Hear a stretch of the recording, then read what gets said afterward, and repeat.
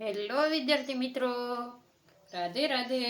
આજે આપણે એક નવો વિડીયો લઈને આવી ગયા છીએ. એટલે કે તમને ન્યૂઝ મળી ગયા છે કે આ વર્ષ છે ને એ ગવર્મેન્ટ જોબ માટે જે તૈયારી કરે ને એના માટે બેસ્ટ વર્ષ છે. કારણ એક પછી એક ભરતીની જાહેરાત આવ્યા જ કરે છે, બરાબર. તો હવે તમને ન્યૂઝ તો મળી જ ગયા છે કે જીએસઆરટીસી નવી ભરતી 2026માં 9,000+ જગ્યાઓની જાહેરાત કરી દીધી છે, બરાબર. તો એમાં કે ડ્રાઈવરની જગ્યા કેટલી છે? તો કે 2263. તો કે કંડક્ટરની 4485 અને હેલ્પરની 2344, બરાબર. આ છે ને હજી અંદાજી સંખ્યા નથી, ફાઇનલ તો આપી જ દીધી છે, પણ આ ભરતી આવતા હજી છે ને જાહેરાત નથી આવી, ખાલી જગ્યાઓનું લિસ્ટ ને એવું બધું આવી ગયું છે.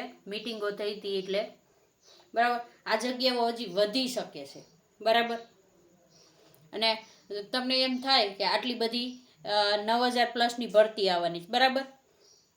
9,000+ જગ્યા, તો આમાં કોણ ફોર્મ ભરી ગયું? તમે મોસ્ટ ઓફલી જો અત્યારે કોમ્પિટિટિવ એક્ઝામની તૈયારી કરતા હોય ને તો ગ્રેજ્યુએટ ઉપર થઈ ગયું, બરાબર. ગ્રેજ્યુએશન ઉપર થઈ ગયું બધું. તમે મિનિમમ કોલેજ કરેલ હોય તો તમે ફોર્મ ભરી શકો. હમણાં તમે CCEની આવી ગઈ, બરાબર. પછી તલાટી કમ મંત્રી, જુનિયર ક્લાર્ક, બધાની ભરતીઓના ફોર્મ ને બધું ભરવા ચાલુ જ છે. અને ઘણાની તો રેવન્યુ તલાટીની વહી ગઈ છે, બરાબર. તો એ બધામાં હવે લાયકાત છે ને ગ્રેજ્યુએશન કરી નાખ્યું, બરાબર. પણ આ એક જ ભરતી ગયો કે આ ને હમણાં પોસ્ટમાં હતી, બરાબર. એમાં તો 10 આધારિત હતી, ડાક સેવકવાળી હતી. તો એમાં તો 10 ધોરણ જ હતું અને એમાં પણ મેરિટ હતું. તો હમણાં જ એનો બીજો રાઉન્ડ બહાર પડી ગયો હતો. 24 તારીખમાં એનું વેરિફિકેશન એ કમ્પ્લીટ થઈ ગયું છે. હવે ત્રીજો રાઉન્ડ બહાર પડવાના ન્યૂઝ સંભળાઈ રહ્યા છે. તેમાં પણ જો કોઈ ભર્યું હોય તો મેરિટ પ્રમાણે જોઈ લેજો. બીજા રાઉન્ડમાં 91 એ મેરિટ 91ની આજુબાજુ હતું, બરાબર. તો કે આ ત્રણેયમાં તમારે પહેલાં ફોર્મ ભરવું હોય ને તો તમારે પાસે મિનિમમ લાયકાત કેટલી હોવી જોઈએ? કે ધોરણ 12 પાસ હોવા જોઈએ તમે. કેટલા? 12. અને હેલ્પર માટે છે એ અલગથી ITI કે જે કોર્સ હોય માગ્યો હોય એ તમે જોઈ લેજો, બરાબર. એમાં 12+ કોર્સ હશે એક. અને કંડક્ટર અને ડ્રાઈવરમાં લાયકાત તો ધોરણ 12 પાસ હશે, બરાબર. હવે છે ને આપણે ડ્રાઈવર કંડક્ટરનો આપણે સિલેબસ, પછી લાયકાત ને બધું જ, કે ડ્રાઇવિંગ લાઇસન્સ બધું જ આપણે ડિટેલમાં ભણશું, બરાબર.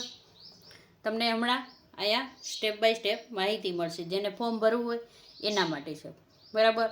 તો વિડીયોને જોતા રહેજો, ચેનલને સબસ્ક્રાઈબ કરી દેજો, બરાબર. હવે વિદ્યાર્થી મિત્રો, તમને ડ્રાઈવરની 2263 જગ્યામાં જો તમારે ફોર્મ ભરવું હોય તો પહેલાં તમારી પાસે આ વસ્તુ તમારી ક્રાઇટેરિયામાં ફિટ બેસવા જોઈએ તમે, બરાબર. એક તો વિઝન એટલે દ્રષ્ટિ તમારી ચોખ્ખી હોવી જોઈએ, તમને રંગઅંધત્વ ન હોવું જોઈએ, બરાબર. શૈક્ષણિક લાયકાત તો આપણે હમણાં કીધું કે ડ્રાઈવર ને કંડક્ટર માટે ધોરણ 12 પાસ છે, બરાબર. જો ડ્રાઈવર માટેની ઊંચાઈ છે પુરુષો માટે, ફક્ત પુરુષ ઉમેદવાર માટે છે કે ઓછામાં ઓછી કેટલી હોવી જોઈએ? 162 સેમી. અને અનુસૂચિત જનજાતિ હોય તો 160 સેન્ટીમીટર. સેમી એટલે સેન્ટીમીટર, બરાબર. મિનિમમ એટલી હોવી જોઈએ. પછી તો કે RTO તરફથી પબ્લિક વાહન ચલાવવાનું હેવી લાઇસન્સ હોવું જોઈએ. કેવું?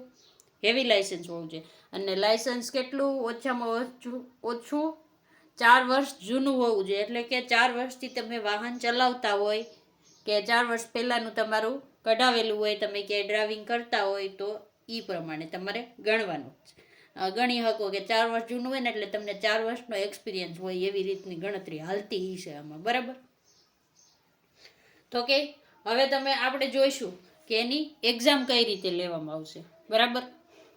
તો હવે આગળ જોઈએ. તો પરીક્ષા છે ને OMR પદ્ધતિથી લેવામાં આવશે, એટલે કે લેખિત પદ્ધતિ, વિકલ્પોવાળી, બરાબર. અને પહેલાં છે ને મેરિટ પ્રમાણે ને એમ એક્ઝામ આપવા દેતા. આ વખતે જેટલા પણ ઉમેદવારો અરજી કરશે ને એ બધાને પરીક્ષા આપવા દેવામાં આવશે, બરાબર. અને ડ્રાઇવિંગ ટેસ્ટ માટે એક્ઝામ 2ના રેશિયો મુજબ બોલાવવામાં આવશે. એટલે કે જેટલી જગ્યા છે ને એના કરતાં 2 ગણા. કેટલા? 2 ગણા.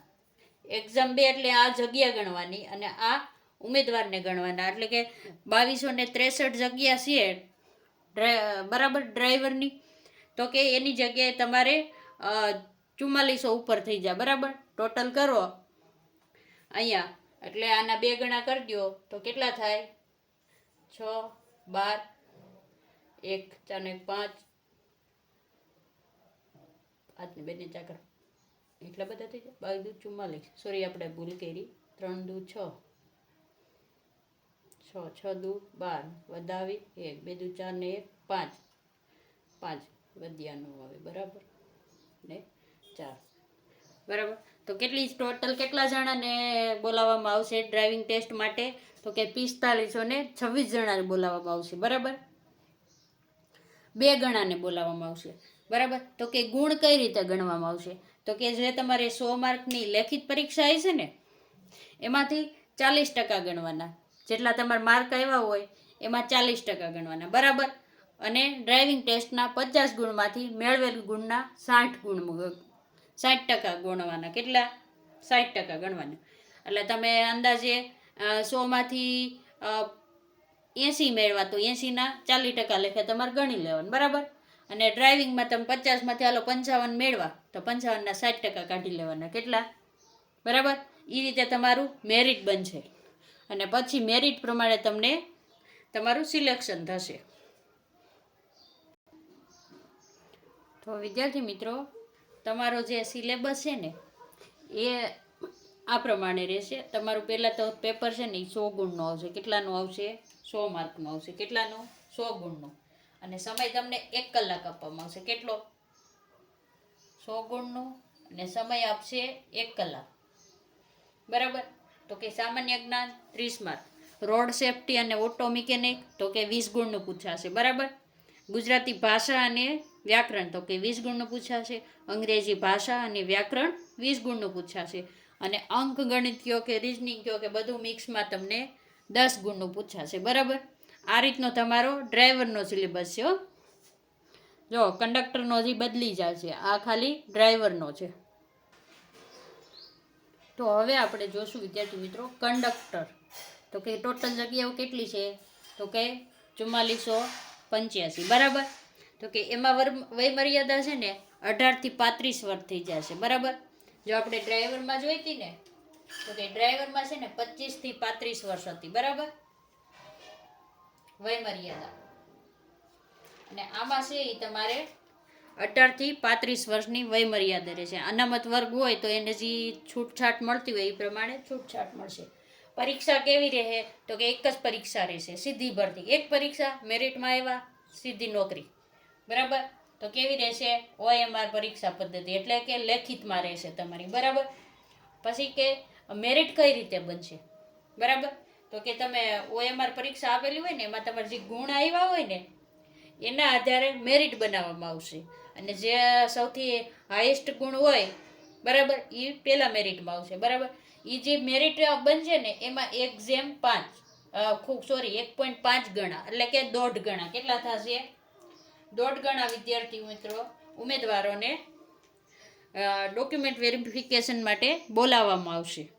ટૂંકમાં તમે એમ કહો કે એને દસ્તાવેજ ચકાસણી માટે બોલાવવામાં આવશે. 1.5, બરાબર, 1.5 ગણા ઉમેદવારોને. એટલે અહીંયા તમે ગણીને ચાલો ને તો 4485ની જગ્યા આપી છે. તો આના અડધા હજી પ્લસ કરી દેવાના. કેટલા કરવાના? પ્લસ કરી દેવાના. એટલે 6600 કે 6700ની આજુબાજુ ડોક્યુમેન્ટ વેરિફિકેશન માટે તમને બોલાવશે, બરાબર. આ થઈ કંડક્ટરની જે લોકોને ફોર્મ ભરવું હોય ને કે કઈ રીતે સિલેક્શન પ્રોસેસ છે, બરાબર. હવે તમને સિલેબસ. તો કે સિલેબસ છે ને જે ડ્રાઈવરનો હતો ને એના કરતાં કંડક્ટરનો થોડોક અલગ છે. એમાં પણ પેપર કેટલા માર્કનું રહેશે? 100 માર્કનું, બરાબર. સમય કેટલો રહેશે? 1 કલાકનો, બરાબર. આમાં એક જ પરીક્ષા છે. ઓલામાં ડ્રાઇવિંગ હતી, આમાં ડ્રાઇવિંગ આવશે નહીં, બરાબર. તો હવે આપણે આગળ જોઈએ કે સિલેબસ શું છે એનો, બરાબર. તો કે કંડક્ટરનો સિલેબસ, તો કે પેલું જોઈએ આપણે કે સામાન્ય જ્ઞાન. સામાન્ય જ્ઞાનમાં પણ શું શું આવી જાય છે ખબર? ગુજરાતનો ઇતિહાસ, ગુજરાતની ભૂગોળ, ભારતની નહીં, ગુજરાતની ભૂગોળ, અને ગુજરાતના વર્તમાન પ્રવાહો, એટલે કે ગુજરાતનું વર્તમાન જીકે કે કરંટ અફેર જે કહો તે, બરાબર. એ આવશે 20 માર્કનું. ગુજરાતી વ્યાકરણ તો કે 10 ગુણનું. અંગ્રેજી વ્યાકરણ તો કે 10 ગુણનું આવશે, બરાબર. રોડ સેફ્ટી તો કે કેટલા માર્કનું પૂછાશે? 10 માર્કનું. અને અહીંયા પૂછાશે તમને, આપણે લખ્યું નથી, થોડીક જગ્યા ઓછી હતી, તો ક્વોન્ટિટેટિવ એપ્ટિટ્યુડ ટેસ્ટ અને ટેસ્ટ ઓફ રીઝનિંગ આવશે, બરાબર. બંને આવશે. શું આવશે? ક્વોન્ટિટેટિવ એપ્ટિટ્યુડ અને ટેસ્ટ ઓફ રીઝનિંગ આવશે, પણ આપણે અહીં ખાલી રીઝનિંગ લખી દીધું છે એટલે એ બંને એકમાં જ આવી જશે, બરાબર. પછી તો કે છઠ્ઠું છે નિગમનને લગતી માહિતી, ટિકિટ અને લગેજ ભાડાના ગાણિતિક પ્રશ્નો. એટલે સમજો ને તો આમાં તમારે ગણિત જ આવી ગયું 10 માર્કનું. ગાણિતિક પ્રશ્નો એટલે આટલા રૂપિયા લેખે ભાડું છે તો આટલો આમ છે, તો તમને રકમ આપી હોય તો ગણતરી તમારે કરવાની હોય, બરાબર. એટલે આ લોજિકલી પ્રશ્ન ન થાય, આ તમારે ગણિત ગણવાનું જ રહે, બરાબર. ભાડાનું નહીં, જેટલું આપ્યું હોય ગુણાકાર ભાગાકાર શીખી જ જાજો, બરાબર. તો કે આ થયું. હજી આપણે હવે 7મું જોઈએ. વિદ્યાર્થી મિત્રો, આગળ આવશે મોટર વ્હીકલ એક્ટની પ્રાથમિક જાણકારીના પ્રશ્નો, બરાબર. અને પ્રાથમિક સારવાર, અને મેઇન આવશે કંડક્ટરની ફરજો. બધુંથી કેટલા માર્કનું પૂછાશે? તો કે 10 માર્કનું. કેટલા? 10નું. અને કમ્પ્યુટરના ઉપયોગની પાયાની જાણકારી, બરાબર. તો એ આવશે તમારું કેટલા માર્કનું? 20 માર્કનું. જો અત્યાર સુધીમાં સૌથી ઝાઝો ભાર જો કોઈ ઉપર આપેલો હોય તો આમાં આવશે કમ્પ્યુટરની જાણકારી, બરાબર.